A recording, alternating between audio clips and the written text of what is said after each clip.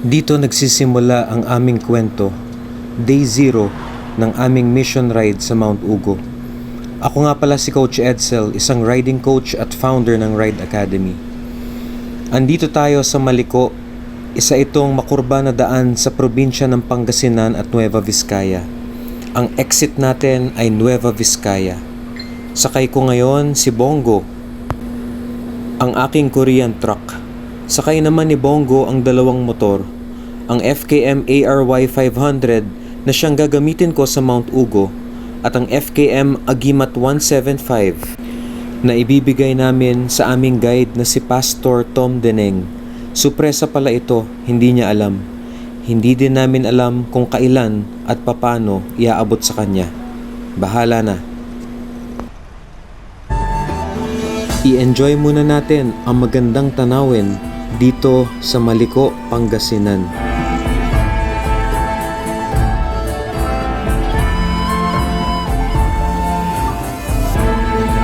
Ito nga pala ang FKM Agimat 175.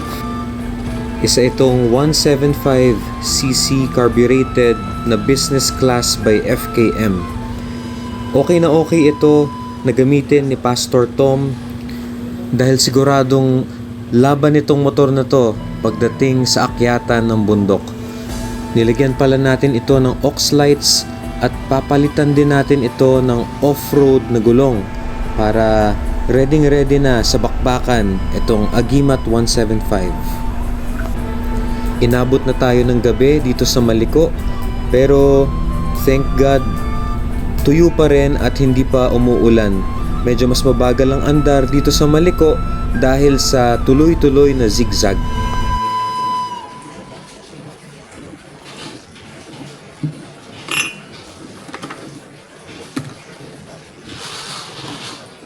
Ako po, taga Quezon City. Okay, si... Opo. Pero yung iba-iba rin ang lugar. Quezon City.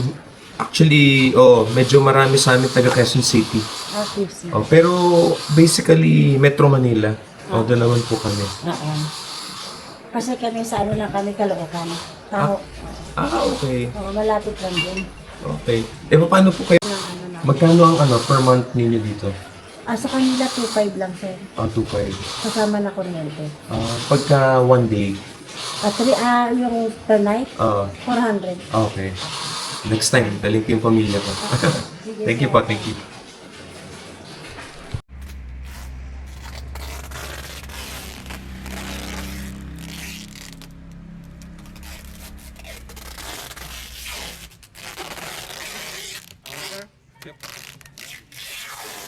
Ano lang, mataas masyado. Okay lang, para sa mga bata. Gamitin mo ka, sir?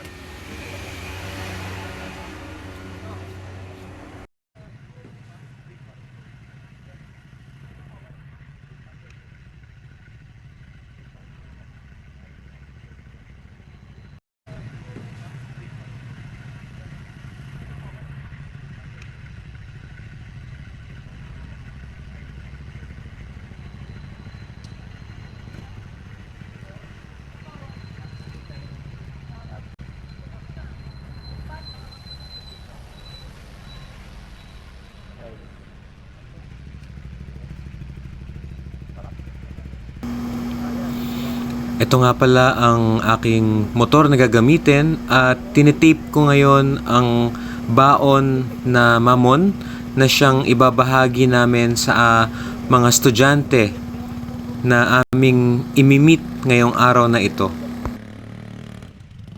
Saan sila punta?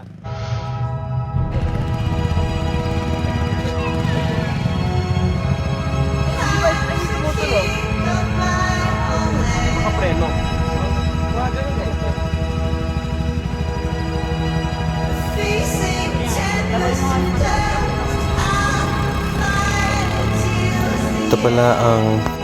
Ito pala ang itsura ng area ng Kayapa Municipal Hall. Yan yon, yung color green. Yun si Bongo. May palengke yan dyan. Yung green na bahay, yung aming boarding house. At ito nga pala ang aking mga kasama sa Ride Academy. Yan si Junal, naka CRF, nakaputing helmet, at si Maverick naman ating kausap. Ayun naman si Je at Hali na naka-Triumph. Si Je ang nagmamaneho ng motor at si Hali naman ang naka-backride sa kanya dahil hindi pwedeng magmotor si Hali sa panahon na ito. Going on. My love for you is still strong. Baby, move a little closer. Turn the lights down low. We got a good thing going on. My love for you is still strong. Pagtapos ng aming group briefing, kami ay nagdasal at pagkatapos nito, nag-gear up na kami at naghanda na kami para mag-ride papasok ng Mount Ugo. Going on. We got a good thing, baby. My love for you is still strong. Sure, sure strong. We got a good thing going on. We got a good thing, baby. My love for you is still strong. Sure, sure strong.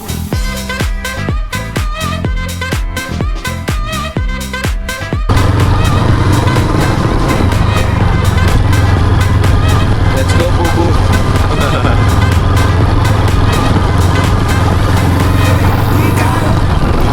Ito na ang daan papuntang Mount Ugo. Ayan. Ayun yung sign na sinabi na mga 28 kilometers enjoy. Itong daan na ito ay tinatawag na tire path. Guys, sukat ito sa mga sasakyan para sa kanyang kaliwa at kanan na gulong. Yung gitna ng tire path ay grass or lupa. Pagka nakamotor tayo, dapat magbabalance tayo at mamimili lang tayo ng isang lane.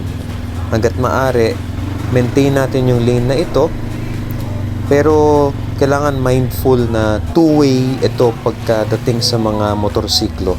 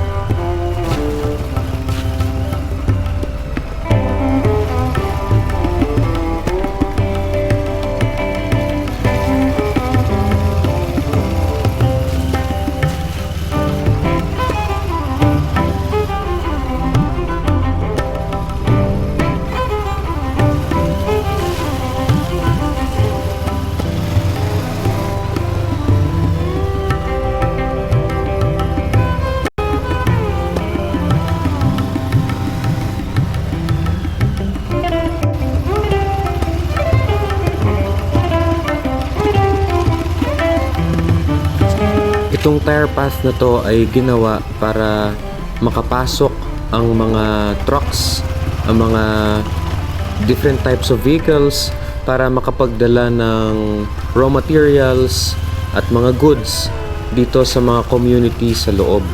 Bagamat napakaganda ng tanawin, delikado din dahil wala itong mga road railings sa gilid at ang kalsada ay unti-unting umaakyat, kaya pataas ng pataas ang elevation natin habang umuusad sa kalsadang ito.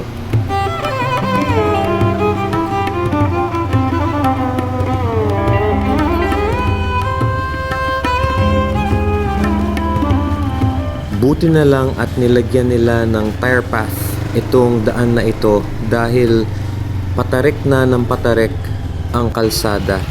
I can just imagine pagka lupa ito, talagang napaka-challenging. Ito, pataas na tayo dito sa next clip.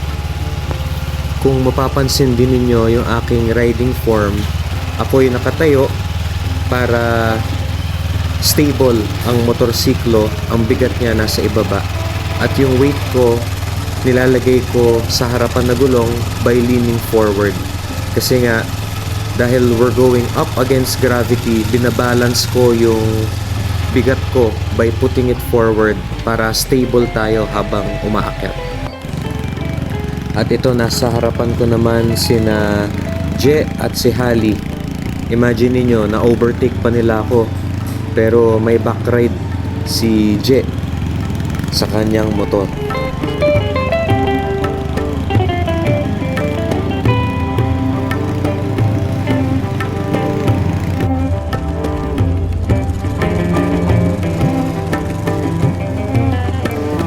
Mukhang secured naman yung pagtali ko dito sa dala natin na red ribbon mamon.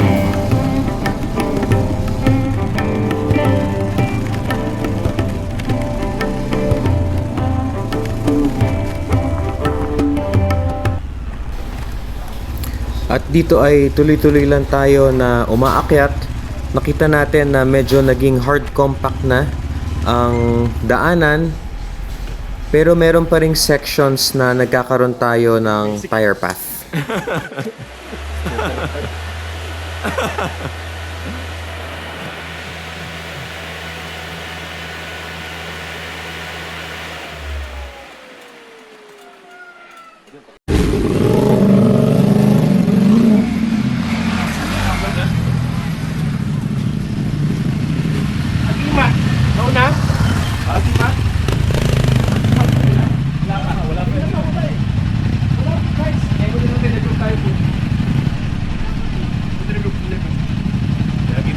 Wala pa yung agimat. Pag-break, wala pa. Kasama si ma'am. Oo, kasama si ma'am.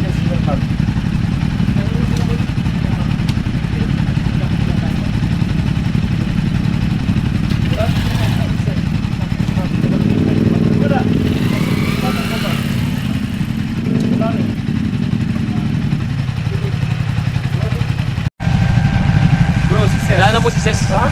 Ses. Ses. Huli. Kami huli. Di pa naman una yun. Naiwan na natin Oo, siya eh. kami huli. Oo. Kasi siya. Ako huli, ako sniper eh.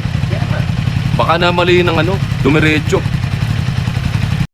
Ako sniper eh, ako huli. Baka, hindi, nadaanan namin eh, wala pa. Hindi mo na, hindi. Hindi bro, nakuha sila. Nung fork, Ugo, tapos yung isang bayan, nakita ba natin siyang... Wala, nasa likod natin siya. Pwede siyang yung fort baka dumiretso. Baka dumiretso yun. Pero, hindi,